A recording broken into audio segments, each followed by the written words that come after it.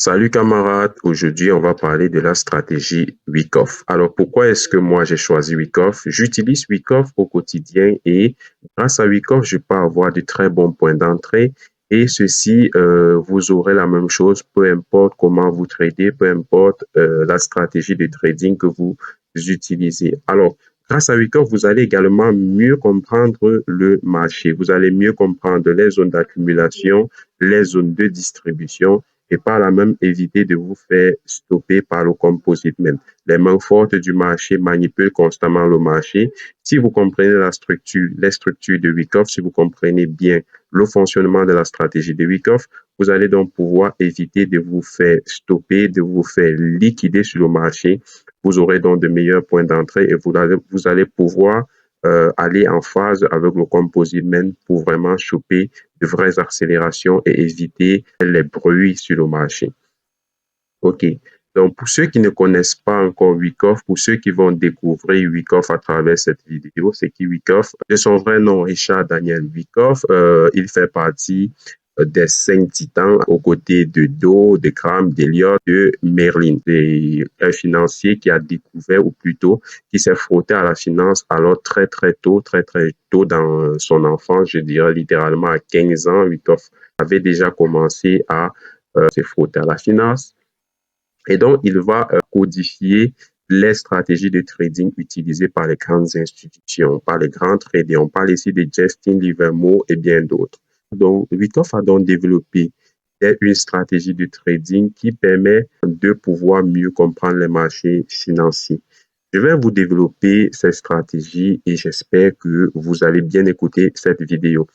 Je vais le faire en 2 parties. Une première partie dans laquelle je vais vous montrer les zones d'accumulation. Une deuxième vidéo où je vais vous montrer les zones de distribution selon la stratégie Wyckoff. Alors, c'est presque pareil, littéralement à l'inverse, quelques points de différence quand même, mais je le ferai en 2 vidéos, une première et une seconde vidéo. Et il y aura peut-être une troisième vidéo où je vais vous montrer en temps réel, en live, comment est-ce que moi je trade en utilisant la stratégie Wyckoff. Mais cette vidéo ne suiviendra que si j'atteins les 100 likes sur celle-ci. OK? Donc, voilà en gros qui est Wyckoff. Et donc, allons dans le vif du sujet. Alors, Wyckoff nous fait ce petit chemin, un chemin qu'il va appeler le price cycle, OK? Le cycle du prix sur le marché. Alors, le marché fonctionne toujours en cycle, en zone d'accumulation, en zone de distribution, zone d'offre, zone de demande. Vous avez vu la précédente vidéo où on parlait justement des zones d'offre, des zones de demande. OK.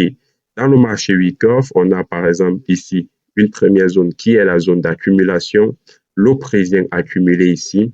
Après cette accumulation, il y a une expansion haussière. Après l'expansion haussière, il y a une zone de distribution et le marché retourne. Alors, on va justement retrouver des zones ici, des points de demande. On a ici demand greater than supply et ici le markdown. OK?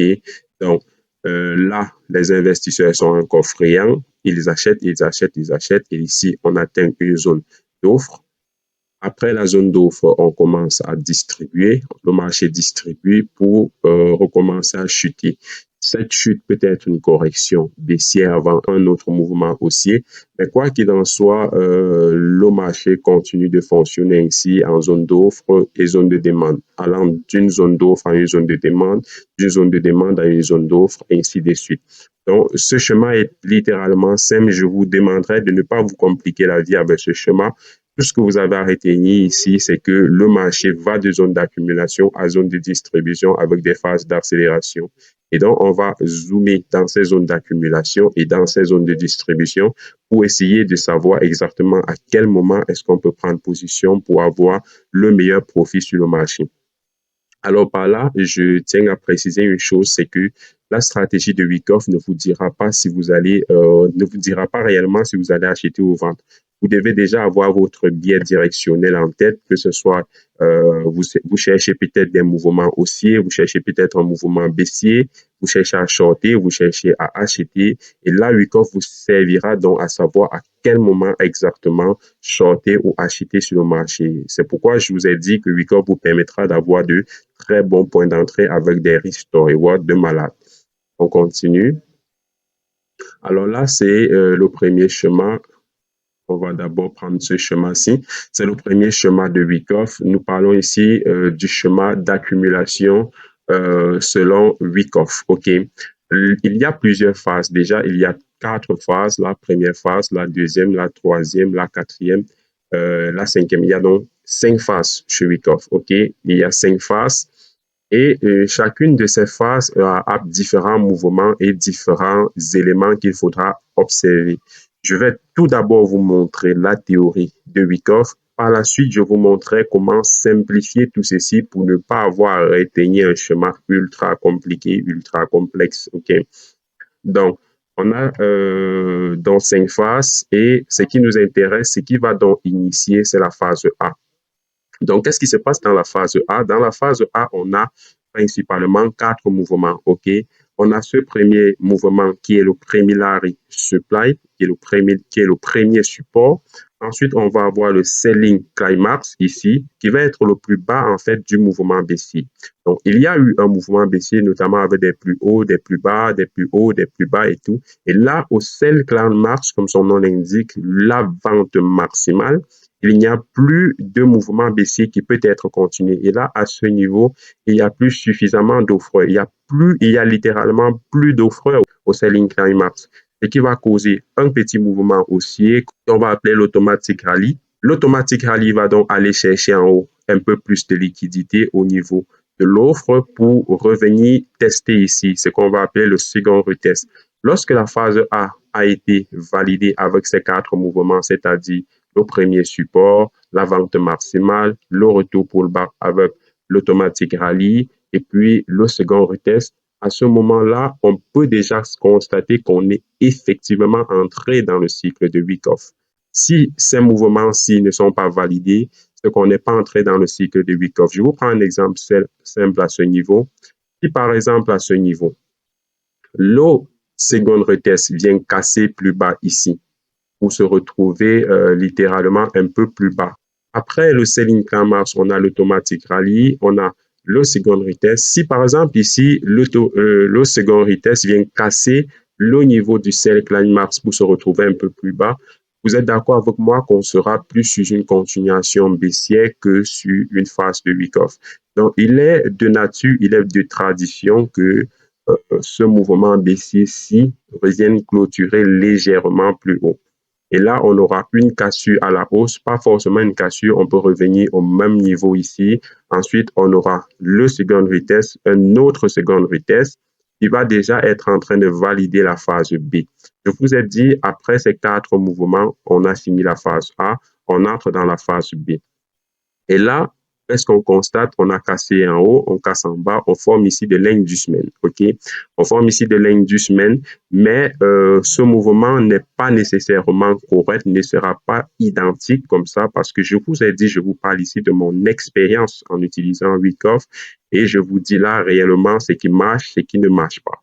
Donc, ce mouvement est idéal, mais vous ne retrouverez pas toujours le mouvement identique. OK?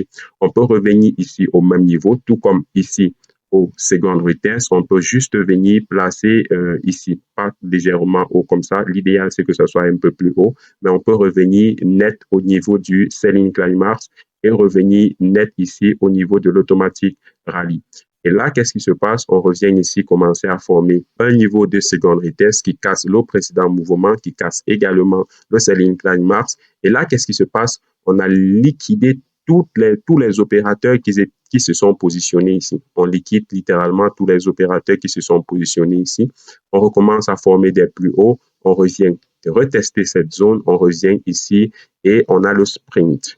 Alors, le sprint, c'est tout simplement la liquidation de tous les négociateurs qui étaient ici. Là, au niveau du sprint, qu'est-ce qui se passe? Les institutions, ou plutôt le composite man, a déjà liquidé tout le monde et là, il veut vraiment commencer le mouvement aussi.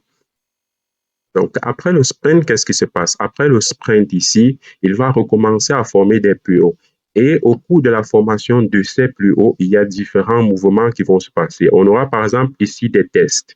Après le sprint, on a liquidé tout le monde. Il y a littéralement plus d'offres sur le marché. Et donc, qu'est-ce que le composite man va faire? Il va faire des tests. il va essayer de voir s'il y a encore des personnes qui veulent offrir sur le marché. Et s'il n'y a pas de personnes qui veulent offrir, il va continuer à monter en formant plus tard des last points of support, des anciens points de support, notamment ici, c'est un ancien point de support. Il va revenir dessus pour une fois de plus tester le marché et voir s'il y a encore des personnes qui veulent vendre. S'il n'y a pas de personnes qui veulent vendre, il continue son mouvement haussier et là, il forme ici, à la cassure ici, du précédent plus haut, il va former ici un niveau de signe of strength. C'est donc un signe de force. Là, il a réellement cassé le niveau du plus haut. Et là, il peut réellement commencer un mouvement haussier et on entre cette fois-ci dans la phase E. Généralement, les traders de price action vont rechercher cette zone-ci pour se positionner, mais les utilisateurs de Wyckoff, de la stratégie de Wyckoff, se seront positionnés ici, ici et enfin là. Vous constatez que vous aurez des risques to reward réellement de malade. OK, ça c'est la stratégie, ça c'est la théorie de Wyckoff. On va voir une seconde théorie toujours pour les accumulations, parce qu'il y en a deux en réalité. Alors, la seconde théorie pour les accumulations, la différence entre celle-ci et la première, c'est le sprint. OK? Ici, il n'y a pas de sprint. Il n'y a pas de sprint. Après avoir ici liquidé, il continue un mouvement haussier et sans faire de sprint, il monte. Ce mouvement-ci est alors beaucoup plus délicat à identifier que le précédent, mais ça reste une stratégie de Wyckoff qui est très utilisée. Nous allons le voir sur les graphiques tout à l'heure. Alors, j'espère parce que je n'ai pas préparé de graphique pour cette vidéo. Je voulais vraiment vous montrer comment est-ce que ça se passe et tout sans rien préparer du tout. Donc là, on reste dans les mêmes phases et tout. La phase A avec le primary support, le selling class mass, l'automatic rally, le secondary test, on remonte, on revient dans la phase B avec un autre secondary test, on fait des mouvements avec plusieurs secondary tests dans la phase B, on revient ici avec le last point of support, on teste, on remonte, on teste le last point of support, on casse là avec la preuve de force, on remonte et bam, on entre dans la phase E. Et voilà généralement comment la distribution, l'accumulation selon Wyckoff se poursuit. Cette accumulation, s'il peut durer très longtemps, voire pas, OK, ce n'est généralement pas très court, hein. Ça peut durer ou pas, ça dépend de ce que veut le composite man, de la quantité d'argent que veut le composite man. Et c'est là qu'interviennent les lois de Wyckoff. Il y en a trois. La première loi de Wyckoff qui concerne la loi de l'offre et de la demande. Vous connaissez la loi de l'offre et de la demande qui dit que plus il y a d'offres sur le marché, plus le prix a tendance à chuter et donc plus il y a de demandes sur le marché, plus le prix a tendance à monter. C'est la première loi. C'est la première loi de Wyckoff. C'est une loi déjà connue. Hein. C'est pas inventé par Wyckoff, mais ça entre dans les lois qui compensent, qui aident dans sa stratégie. Il faut donc comprendre ces lois-là. Et il y a une seconde loi qui est la loi de cause à effet. Les trois lois se ressemblent beaucoup.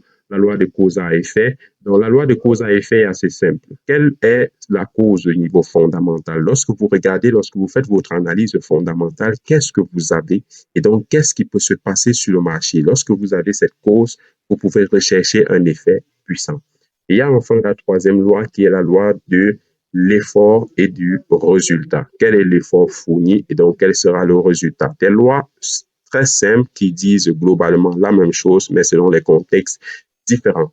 On va maintenant aller sur les graphiques et là, je vais vous montrer comment est-ce que vous allez identifier les structures de Wyckoff sur les marchés. Alors, là, nous sommes sur l'USDX, l'indice du dollar américain. On va donc prendre ce marché, celui de l'indice du dollar américain. Là, nous sommes en 1 heure. Hein. On ne va pas aller très loin. On va juste rester ici. Il y en a partout. Hein. Je vous ai dit, il y en a partout. Donc, on ne va pas chercher très loin. OK. En l'occurrence, là, nous sommes en 1 heure. Je vais donc zoomer sur ce graphique en 1 minute. Pourquoi je vais zoomer en 1 minute? Parce qu'en 1 minute, on peut mieux identifier les structures de Wyckoff. D'ailleurs, comme je vous l'ai dit, les structures de Wyckoff ne vont pas vous servir réellement à savoir quelle est la direction du marché. Non, vous avez votre biais directionnel en tête. Après avoir eu votre biais directionnel par votre analyse, que ce soit technique ou fondamentale, vous allez rechercher le meilleur point d'entrée en utilisant la structure de Wyckoff. Raison pour laquelle nous allons donc aller raffiner sur du 1 minute, parce que ce qu'on cherche, ce n'est pas une direction, mais un bon point d'entrée. Okay? Allons-y. On va en 1 minute. Direct, hein, vous pouvez aller en 15 et raffiner. Mais là, moi, je l'utilise souvent, généralement, en 5 et 1 minute. Ce sont des trucs que j'ai fait récemment pour anticiper le marché. Mais bon, c'est pas ça qui nous intéresse. On va aller vraiment beaucoup plus en arrière. On va beaucoup plus en arrière. Voilà. Bon, on va s'arrêter là et on va évoluer en expliquant la stratégie des structures de marché, les manipulations selon Wyckoff. Alors, que nous dit Daniel Richard Wyckoff?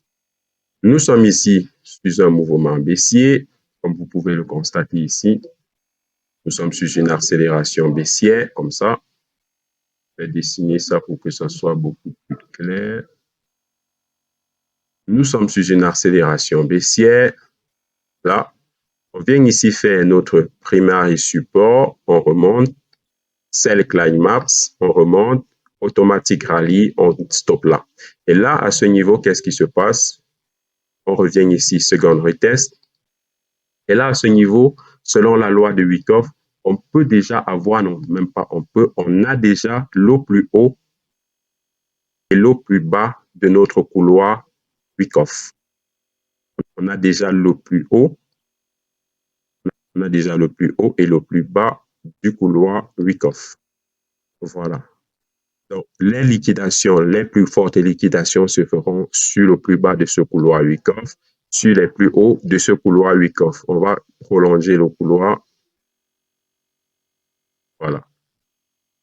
Donc, qu'est-ce qui se passe donc? On a eu notre premier, notre deuxième avec le sell climax, l'automatique rallye, le second retest. La phase A est clôturée à ce niveau. Vertical. La phase A est clôturée à ce niveau. On vient de clôturer ici la phase A. La phase B peut donc débuter. Dans la phase B, qu'est-ce qu'on a? On aura justement des second retests, des retests, et là, des retests. On casse vers le haut, on revient, on reteste, on reteste. Alors, quelque chose qu'il faut remarquer ici, c'est que la limite entre la phase B, la phase E, la phase T est très, très fine. OK? Il faut donc réellement pouvoir les identifier. La phase A, elle est très facilement identifiable. C'est d'ailleurs la phase la plus importante parce qu'elle nous permet de savoir que réellement, on est entré dans le cycle de Wyckoff. Ensuite, la phase B, C, D et E vont être légèrement plus complexes. Généralement, je ne recherche pas ces phases-là sur le graphique. Je cherche plutôt réellement à identifier le mouvement, l'instant de retournement. Et en l'occurrence, ici, qu'est-ce qu'on a? On va donc rechercher, lorsque je suis en 1 minute comme ça, on va donc rechercher des points de liquidation. Ici, on a liquidé le plus bas. On est revenu chercher un support plus haut. On a liquidé le plus haut. On a déjà liquidé le plus bas et le plus haut sur ce mouvement. Ici, on revient former ici un niveau d'équal. On revient tester le plus haut. On forme également un équal. Généralement, les zones d'équal comme ça, que ce soit un équal low ou un équal high, sont des zones où le marché va souvent chercher à revenir casser parce qu'il y a de la liquidité juste en bas. Et qu'est-ce que le marché fait? Le marché revient d'abord casser l'équal low. Plus il commence un mouvement haussier, revient ici casser l'équal high, revient légèrement à ce niveau.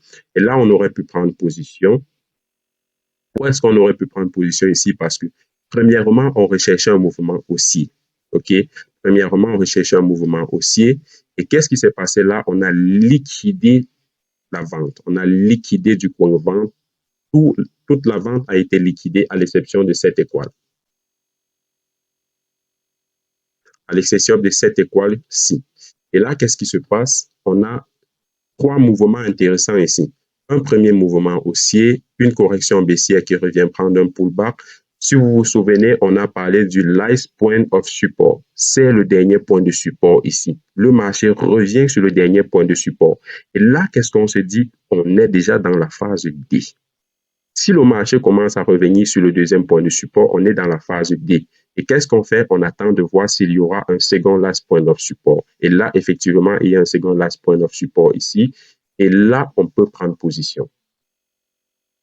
À ce niveau-ci, on peut prendre position avec un stop loss très rétréci parce que oui, si le marché revient casser ce plus bas du précédent last point of support, voire ce plus bas, ce marché ne sera plus haussier, nous serons toujours dans le cycle de Wyckoff et donc inutile de rester dans un mouvement. Et là, qu'est-ce qu'on fait? On target les plus hauts, très simplement. On target les plus hauts avec un TP là, un premier TP là, un second là et un dernier ici. Très beau mouvement grâce à Wyckoff, risk to reward de 1 pour 8,73. Très, très beau mouvement. Alors, on va continuer, on ne va pas s'arrêter d'aussi bon chemin. Je vous l'ai dit, le marché fonctionne comme ça. Il y a des hauts, il y a des bas. Le marché continue de rechercher de la liquidité à la hausse comme à la baisse. Et là, nous avons, après ce mouvement haussier, un autre mouvement de consolidation. Après, il faut savoir s'il s'agit d'une distribution ou bien d'une accumulation. OK? Il faut forcément le savoir pour savoir si on va prendre position. Et en l'occurrence, là, nous sommes sur un retournement haussier. Et donc, ici, effectivement, lorsque le marché commence à manipuler comme ça, on va déjà s'attendre à un retournement baissier. On va déjà se dire, OK, le marché peut baisser parce que nous étions sur une baisse. Cependant, il y a un problème, il y a un hic. OK, il y a un hic parce que, comme je vous l'ai dit, Wyckoff va vous aider réellement à savoir si à quel moment est-ce que vous allez prendre votre position selon votre méthode de trading, selon voilà votre biais. OK. Ici, nous avons eu un gaps, un très gros gaps. Et ce mouvement haussier nous fait penser que le marché chercherait à revenir combler ce gaps. Ce mouvement haussier ici nous fait penser que le marché recherchera à venir ici combler ce gaps. Et effectivement, le marché commence à combler le gaps, revient jusqu'ici pour le gaps. Et donc, lorsqu'on a vu ici cette accumulation commencer, tout de suite, on ne devait pas se dire, OK, on doit se préparer à vendre. Non. On ne devait pas directement se préparer à vendre ici. Nous n'allons pas beaucoup insister sur ce mouvement-ci parce que, comme je vous ai dit, nous allons faire une autre vidéo où je vais vous expliquer réellement pourquoi est-ce qu'il fallait pourquoi est-ce qu'il ne fallait pas vendre ici. À quel moment est-ce qu'il fallait vendre, à quel moment est-ce qu'il fallait acheter. Parce que justement, sur ce mouvement-ci, on pouvait acheter et vendre et pourtant gagner de l'argent. Donc, ça fera l'objet de la seconde vidéo où je vous parlerai beaucoup plus en détail des distributions. Ici, on parle vraiment des accumulations. Et là, en l'occurrence, on a un second mouvement. Donc là, on repart sur une hausse. Ici, on recommence notre mouvement. Et là, on continue de rechercher un point d'entrée acheteur. OK. Ici, ce mouvement-ci est très intéressant. Nous avons un premier mouvement baissier après le swing high. Après ce swing high, nous avons un premier mouvement baissier. Je vous rappelle qu'on recherche toujours des achats. On recherche toujours des achats. Et là, qu'est-ce qui se passe? Grâce à Wyckoff, même, je vais vous montrer que grâce à Wyckoff, on peut savoir quand acheter exactement. Là, on a notre last price. On a notre automatic rallye. Ici, le marché remonte. On est dans la phase B. Le marché continue à distribuer en formant. Ce qui nous intéresse le plus, ce qui m'a le plus plu sur ce mouvement lorsque je l'ai vu, c'est ça, ce sont ces niveaux. Ici, 16 étoiles l'eau. Ce qu'on constate très clairement sur ces étoiles, c'est que le marché ne revient pas liquider. Il y a de la liquidité ici tout en bas de ces étoiles. Et pourtant, qu'est-ce qu'on constate? On constate que les négociateurs, ou plutôt le composite man, ne revient pas encore chercher cette liquidité. Et les liquidités acheteuses, qu'est-ce qu'il en fait? Il revient chercher les liquidités acheteuses. Il les cherche toutes, entièrement toutes les liquidités acheteuses, comme ça. Il revient chercher la liquidité acheteuse. Et là, qu'est-ce qu'il fait? Il fait un gros mouvement baissier. Il fait un gros mouvement baissier jusqu'ici. Et là, à ce point-ci, comme vous pouvez le constater, à ce point-ci, on a liquidé tout le plus bas. Tout ce niveau a été liquidé entièrement. Et donc, ça, c'est quoi? C'est le sprint. OK, c'est la course à la liquidation, c'est le sprint. Après le sprint, qu'est-ce qu'on fait? On recherche un point d'entrée très, très rapidement. On recherche un point d'entrée et notamment ici, il y a un point d'entrée. Ici.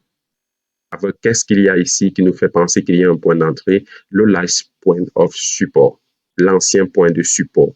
Et là, qu'est-ce qui se passe? Après que le marché soit revenu sur cet ancien point de support et continue à monter, on aurait pu prendre position directement avec nos stop loss légèrement en dessous, un TP de ouf. Hein.